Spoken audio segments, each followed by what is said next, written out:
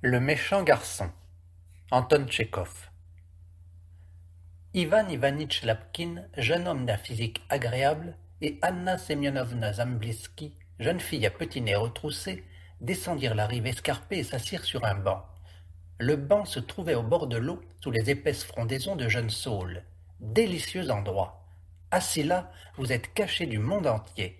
Seuls peuvent vous voir les poissons et les cordonniers d'eau qui glissent sur l'onde comme l'éclair. Les jeunes gens étaient armés de cannes à pêche, d'éprouvettes, d'un pot à verre et autres accessoires. Ils se mirent aussitôt à pêcher. « Je suis heureux que nous soyons enfin seuls, » commença Lapkin, jetant les yeux autour de lui. « J'ai beaucoup de choses à vous dire, Anna Semyonovna, beaucoup. Quand je vous ai vu pour la première fois, ça mord à votre ligne. J'ai alors compris pourquoi j'existe. J'ai compris où était l'idole à laquelle je dois vouer ma vie, honnête et laborieuse. Ce doit être un gros poisson qui mord. En vous voyant, j'aimais pour la première fois, j'aimais passionnément. Attendez de tirer, laissez bien mordre. Dites-moi, ma chérie, je vous en conjure, puis-je compter, non pas sur la réciprocité, non, cela je ne le mérite pas, et je n'ose même pas y penser. Puis-je compter sur... Tirez! Anna Semyonovna tira sa ligne et poussa une exclamation. Un poisson vert-argent brilla dans l'air. Mon Dieu! Une perche! Aïe!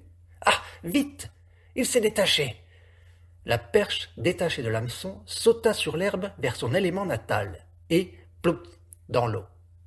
En cherchant à rattraper le poisson, Lapkin saisit comme par mégarde la main d'Anna Semyonovna, et l'approcha, par mégarde, de ses lèvres.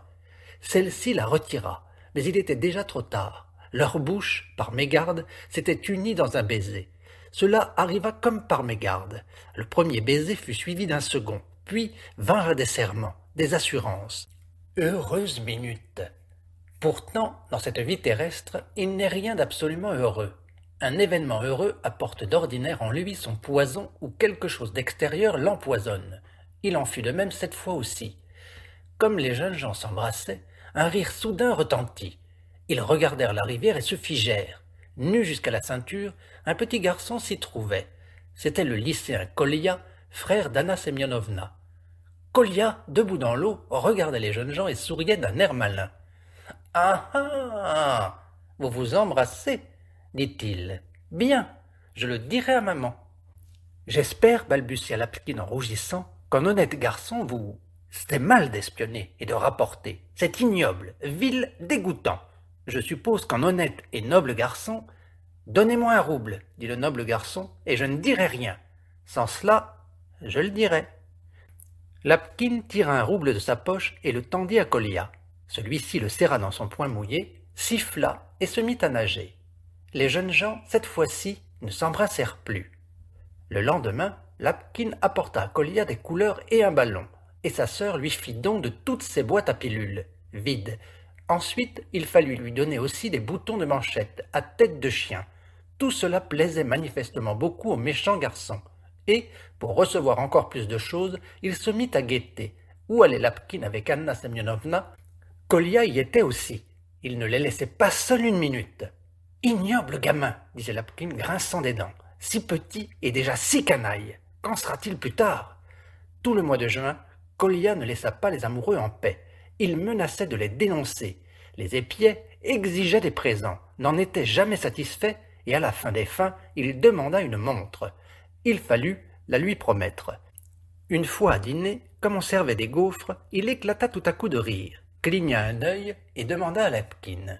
« Si je le disais, Lapkin rougit horriblement, et au lieu de la gaufre, mâcha sa serviette. Anna Semyonovna quitta la table et s'enfuit dans sa chambre. Et les jeunes gens demeurèrent dans cette situation jusqu'au jour où Lapkin, à la fin du mois d'août, fit sa demande à Anna Semyonovna. Oh, quel heureux jour! Ayant parlé aux parents de la jeune fille et obtenu leur consentement, Lapkin courut tout d'abord au jardin et se mit à y chercher Kolia.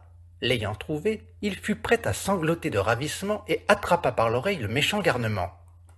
Anna Semyonovna accourut. Elle cherchait elle aussi Kolia, et elle le prit par l'autre oreille.